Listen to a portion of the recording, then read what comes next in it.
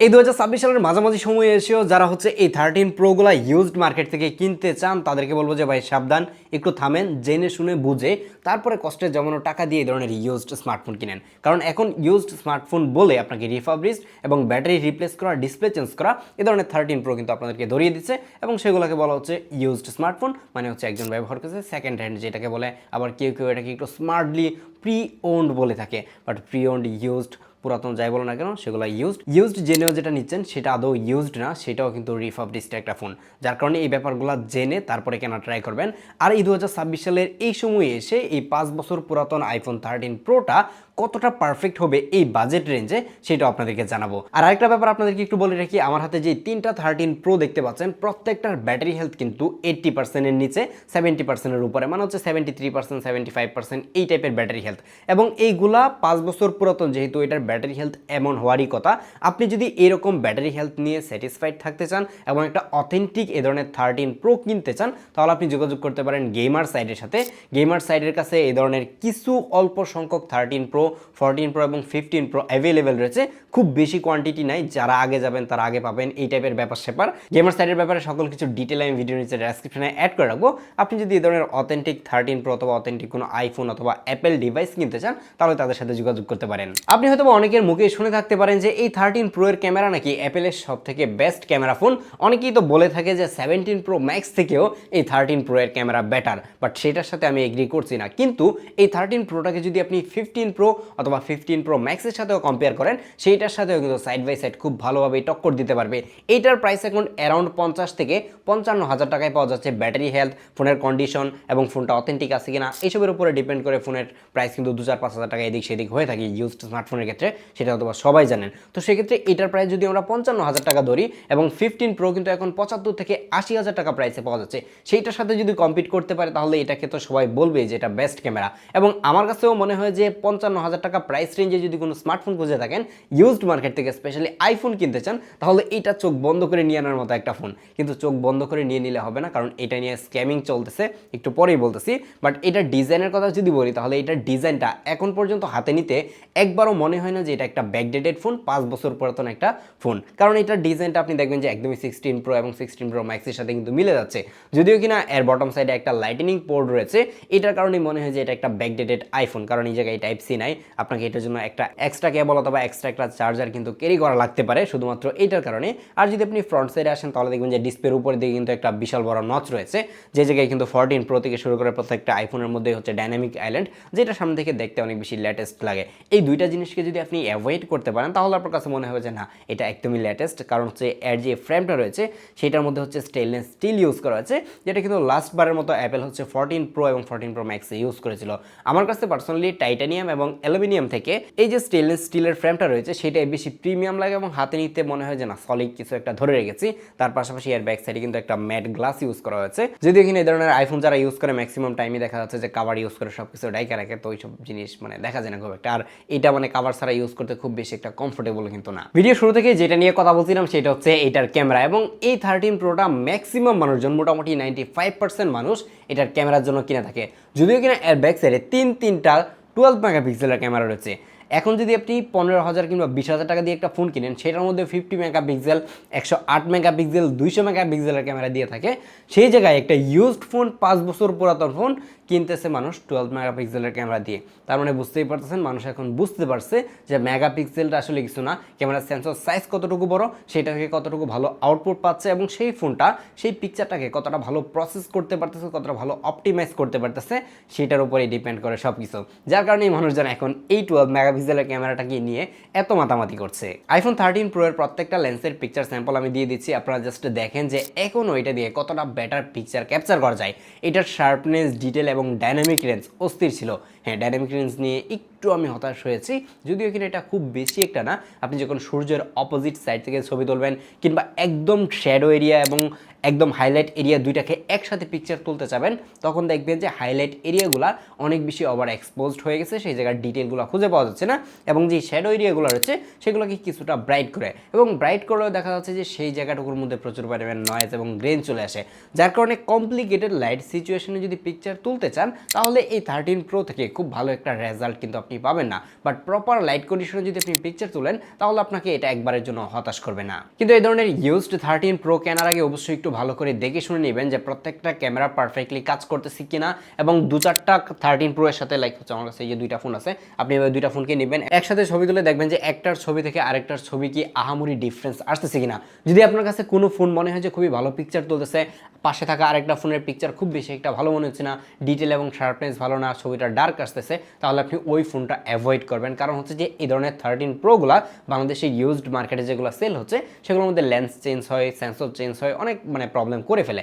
তো সেই জায়গায় আপনি দেখে নেবেন এবং সাইড বাই সাইড যদি কম্পেয়ার করেন দুই একটা ফোনের সাথে, তাহলেই বুঝতে পারবেন যে আসলে কোনটা অরিজিনাল বা কোনটা অথেন্টিক। আপনি যদি ফোন নিয়ে খুব ভালো নাও বুঝেন তাহলেও বুঝতে পারবেন। আর তারপর যে প্রবলেমটা ক্যামেরার লেন্সের মধ্যে হয়ে থাকে সেটা হচ্ছে আপনি দেখবেন যে ক্যামেরার নিচের দিকে আরেকটা কালো ডটের মতো আছে, এটাকে বলে হচ্ছে লাইডার সেন্সর।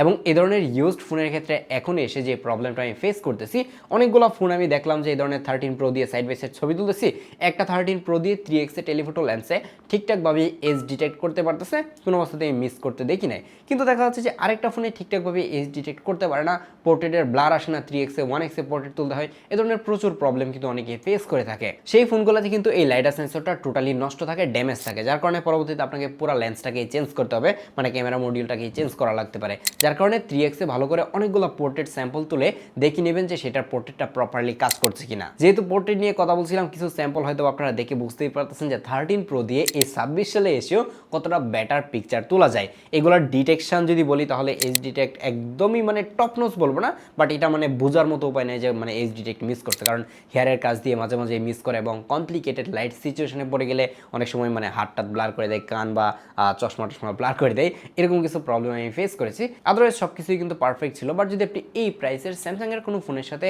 পোর্ট্রেট পিকচারে কম্পেয়ার করেন, দেখবেন যে স্যামসাংটা কিন্তু এগিয়ে থাকবে ডিটেল এবং শার্পনেসের ক্ষেত্রে, ইভেন এজ ডিটেক্টের ক্ষেত্রে। কারণ হচ্ছে এটাতে মাত্র 12 মেগাপিক্সেলের ক্যামেরা আছে, আর স্যামসাংয়ের যে ফোনগুলো রয়েছে সেগুলোতে হচ্ছে যে 50 মেগাপিক্সেল কিংবা 200 মেগাপিক্সেলের ক্যামেরা থাকে, সেগুলোতে অবশ্যই এটা থেকে বেটার আসবে।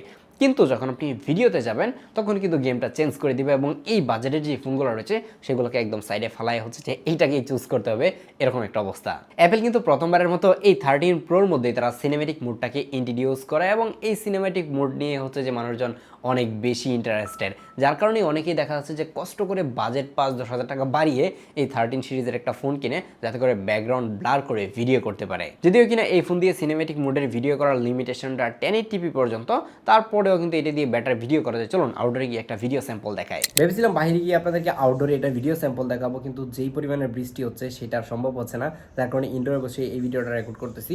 এটা সিনেমেটিক মোডের ভিডিও আমাদের শীতকালে রেকর্ড করা ছিল, সেই ভিডিওটা জাস্ট এই ভিডিওর সাথে অ্যাড করে দিয়েছি। স্যাম্পলটা আই থিঙ্ক বুঝতে পারবেন যে কি অবস্থা। ভিডিওটা দেখছেন, এটা হচ্ছে 13 প্রো এর সিনেমেটিক মোডের ভিডিও। এটা দিয়ে সর্বোচ্চ কিন্তু সিনেমেটিক মোডে 1080p 30fps full HD রেজলিউশনের video করা যায়। এটাতে 4K এর কোনো অপশন কিন্তু থাকছে না। আর সাউন্ডটাও কিন্তু এখন এটা দিয়ে রেকর্ড হচ্ছে। আমার থেকে ফোনের ডিস্টেন্সটা 3 থেকে 4 ফিটের মতো। 1x যদি রেকর্ড করেন তাহলে এরকম ডিস্টেন্সে থেকে আপনি এরকম একটা অডিও পাবেন। বাই দ্য ওয়ে, আশেপাশে প্রচুর পরিমাণে নয়েজ রয়েছে, নয়েজি এনভায়রনমেন্টে সাউন্ড কতটুকু ভালো ক্যাপচার করতে পারে সেটাও আই থিঙ্ক একটা আইডিয়া করতে পেরেছেন। এই যে এটা হচ্ছে 3x সিনেমেটিক মোডের ভিডিও। 13 প্রো দিয়ে যদি 3x সিনেমেটিক মোডে ভিডিও করতে চান তাহলে এরকম একটা ভিডিও পাবেন, এবং এটার ফোকাসিংটা কতটা ফাস্ট জাস্ট আপনাদেরকে দেখাই। এই যে দেখেন যে সাবজেক্ট পেলেই কিন্তু একদমই একুরেটলি ফোকাস করতে পারে। এজ ডিটেক্ট নিয়ে আমার কিছুটা কমপ্লেন আছে, দেখেন যে এজ ডিটেক্ট ঠিকঠাক করতে পারে না। তাছাড়া ওভারঅল এর ফোকাসিং কিন্তু অনেক ফাস্ট, এই যে দেখেন যে খুবই ফাস্ট কিন্তু ফোকাস করতে পারে। তো এইটা দিয়ে অডিও রেকর্ড করতে পারবেন না, অডিও রেকর্ড করতে গেলে অবশ্যই আপনাকে এক্সটার্নাল মাইক্রোফোন ইউজ করতে হবে। যারা চান যে ফ্রন্ট ক্যামেরা দিয়ে সিনেমেটিক মোডে ভিডিও করবেন, এটা হচ্ছে ফ্রন্ট ক্যামেরা সিনেমেটিক মোডের ভিডিও। এটা দিয়ে কিন্তু সর্বোচ্চ 1080pতেই ভিডিও করা যায়, এবং এইটারও এজ ডিটেক্ট নিয়ে আমি কমপ্লেন করবো না। বাট দেখা যায় যে হেয়ারের কাজ দিয়ে কিছুটা মাঝে মাঝে মিস করে ফেলে, এবং কিছুটা শার্পনেস এবং ডিটেলের ঘাটতি পেয়েছি, যেহেতু এটা সর্বোচ্চ 1080pতে ভিডিও রেকর্ড করা যায়। আর সাউন্ডও কিন্তু এখন এটা দিয়ে রেকর্ড হচ্ছে। তারপর যদি আপনি নর্মাল মোডে ভিডিও করেন তাহলে প্রত্যেকটা লেন্স দিয়ে আপনি 4K 60fps এ ভিডিও রেকর্ড করতে পারবেন, এবং এই ভিডিও স্যাম্পল দেখে আই থিঙ্ক বুঝতেই পারতেছেন যে এটার ভিডিও কতটা স্টেবল। যদিও কিনা এই ভিডিওটা রেকর্ড করা হচ্ছে 4K 30fps এ। আপনি যখন 4K 30fps রেকর্ড করবেন, আপনি রেকর্ড করা অবস্থায় মেইন লেন্স, আলট্রা ওয়াইড এবং টেলিফোটো লেন্সে একদম স্মুথলি কিন্তু আপনি লেন্সে শিফট করতে পারবেন। বাট যদি 4K 60fps এ রেকর্ড দেন তাহলে আপনি যেই লেন্সে থেকে রেকর্ড দিবেন ওইটাতেই থাকতে হবে, আপনি এই জায়গা থেকে কিন্তু সুইচ করতে পারবেন না যতক্ষণ আপনি রেকর্ড স্টপ করবেন। যার কারণে আমি হচ্ছে 4K 30fps এর এই স্যাম্পলটা দেখালাম। আই থিঙ্ক সবার কাছে এটা ভালো লেগেছে। দেন যদি এটার ফ্রন্ট ক্যামেরা আসেন তাহলে এই জায়গায়ও কিন্তু একটা 12 মেগাপিক্সেলের ক্যামেরা, এবং এটা দিয়েও সুন্দর সুন্দর পিকচার তোলা যায়। বাট আমার কাছে পার্সোনালি হচ্ছে যে এই ফ্রন্ট ক্যামেরা দিয়ে যখন পিকচার তুলি তখন যদি কোনো ভিভিড মোড ইউজ না করি তাহলে আমার কাছে একদমই ভালো লাগে না। মেইন ক্যামেরা অথবা টেলিফোটো লেন্স দিয়ে যখন পিকচার তুলি যদি ভিভিড ইউজ না করি তারপরও চলে, বাট যদি সেলফি ক্যামেরা দিয়ে ছবি তুলি এটাতে ভিভিড ইউজ না করলে মানে দেখতে খুবই বিশ্রী লাগে। অ্যাটলিস্ট আমাকে যারা একটু অনেক বেশি মানে সুন্দর ফর্সা আছেন তাদের হয়তো ভালো লাগতে পারে। আমি maximum time vivid mood use করি, কিন্তু আপনি যে স্যাম্পলগুলো দেখতে পাচ্ছেন এগুলো কিন্তু ভাই ভিভিড মুড নাই, একদমই র ছবি, মানে যেভাবে তুলছি কোনো ধরনের ফিল্টার বা এডিট ছাড়াই। আই থিঙ্ক ম্যাক্সিমাম মানুষজনের কাছে এর ফ্রন্ট ক্যামেরাটা ভালো লাগবে। তারপর যে জিনিসটা নিয়ে অনেকেই কনফিউশনে থাকেন সেটা হচ্ছে যে এই 13 প্রোটা যে কিনবো সেটাতে ডিসপ্লে চলে যাবে কিনা। হ্যাঁ, 13 প্রো যদি আপনি কিনেন ডিসপ্লে চলে যাওয়ার একটা চান্স থেকে যায়। আর এই ধরনের 13 প্রোগুলো অনেকেই কিন্তু ডিসপ্লে চেঞ্জ করে মার্কেটে অথেন্টিক ডিসপ্লে বলে চালিয়ে দিচ্ছে। ডিসপ্লেটা টোটালি চেঞ্জ করছে বললে ভুল হবে, চেঞ্জ না করে রিপেয়ার করে, কারণ 13 প্রোতে কোনো গ্রিন লাইন পড়ে না, টোটালি ডিসপ্লেটা চলে যায়। আর সেটাকে হচ্ছে ভিতরে ওয়ারিং করে এটাকে ঠিক করা যায়। আপনি যদি দেখেন যে কোনো ডিসপ্লের মানে ডিটেলস এবং শার্পনেস কম মনে হচ্ছে বা ডিসপ্লেটা একটু ঝিরঝির করতেছে বা কোনো র্যাগ দেখা যায়, মানে কোনো লাইন পড়ে আছে এরকম দেখা যায়, অনেক কাছে নিলে হোয়াইট স্ক্রিন করে দেখবেন ফুল ব্রাইটনেস দিয়ে, তাহলে বুঝতে পারবেন। যদি এরকম কোনো প্রবলেম পেয়ে থাকেন তাহলে এটাকে অ্যাভয়েড করাই ভালো, যেহেতু হচ্ছে অ্যাপেল প্রথমবারের মতো এটাতে 120 হার্জের প্রোমোশন ডিসপ্লে ইউজ করেছিল, যার কারণে এটাতে এরকম টুকটাক প্রবলেম কিন্তু রয়েছে। কিন্তু অথেন্টিক ডিসপ্লেওয়ালা ফোনও কিন্তু থাকছে, আপনি যদি একটু দেখে শুনে নেন তাহলে আপনি ভালো ফোন কিন্তু নিতে পারবেন। তারপর মোস্ট ইম্পর্টেন্ট পার্ট হচ্ছে আইফোন 13 প্রো এর ব্যাটারি হেলথ, এবং এইটা নিয়ে ম্যাক্সিমাম স্ক্যামগুলো হয়ে থাকে। আমার হাতে যে 3টা ফোন দেখতে পাচ্ছিলেন এই হচ্ছে 3টা 13 প্রো, এই 3টা 13 প্রো এর প্রত্যেকটার ব্যাটারি হেলথ কিন্তু 72%, 73% এবং 74% এরকমের মধ্যেই আছে, এর উপরে কিন্তু নাই। যেহেতু এইটার বয়স মানে 5 বছরের বেশি হয়ে যাচ্ছে, সেপ্টেম্বর মাস আসলে হয়তো এটার বয়স 6 বছর হয়ে যাবে।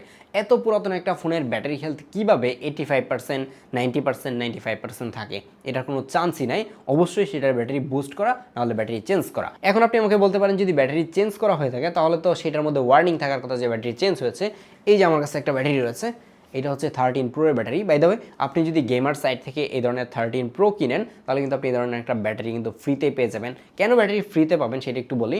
আপনি চাইলে কিন্তু এটার ব্যাটারিটাকে রিপ্লেস করে নিতে পারবেন, যেহেতু 72-3% হচ্ছে এটার ব্যাটারি হেলথ, এটা থেকে খুব ভালো ব্যাটারি ব্যাকআপ কিন্তু আপনি পাবেন না। আপনি যদি চান তাহলে এটাকে রিপ্লেস করে একটা অথেন্টিক ব্যাটারি কিন্তু লাগিয়ে নিতে পারবেন, তাহলে আপনি ব্যাটারি ব্যাকআপটা ভালো পাবেন। কিন্তু আপনি যদি চান যে ব্যাটারি চেঞ্জ করবো না, আমি একটা অথেন্টিক ফোন চালাবো যেটা একদম খোলা হয় না, রিপেয়ার করা হয় না, তাহলে আপনি চাইলে ব্যাটারি ব্যাকআপটাকে কনসিডার করে এভাবে ইউজ করতে পারেন। যার কারণে আপনি যখন একটা ফোন কিনবেন তখন দেখে নেবেন যে 13 প্রো এর ব্যাটারি হেলথ যেন 82% বা 85%-এর উপরে কোনো অবস্থাতেই না চাই। 85% থাকার চান্সও অনেক অনেক বেশি কম, 80%-এর নিচেই কিন্তু ম্যাক্সিমাম ব্যাটারিগুলো থাকার কথা। তো সেই জায়গায় যদি অনেক বেশি ব্যাটারি হেলথ দেখে বেশি টাকা দিয়ে কিনেন তাহলে আপনি এই জায়গায় ঠকে যাচ্ছেন, এটা মোটামুটি নিশ্চিত। তো আজকের ভিডিওটা দেখে আই থিঙ্ক একটা আইডিয়া করতে পেরেছেন যদি আপনি আইফোন 13 প্রো কিনতে চান কী কী ব্যাপার দেখে কিনবেন, আর 13 প্রো এই মুহূর্তে কেনা উচিত কিনা। এখনও কেনা উচিত, বাট একটু দেখে শুনে বুঝে এই ধরনের অথেন্টিক 13 প্রো কিনতে হবে। দেখা হচ্ছে পরবর্তী ভিডিওতে। আল্লাহ হাফেজ।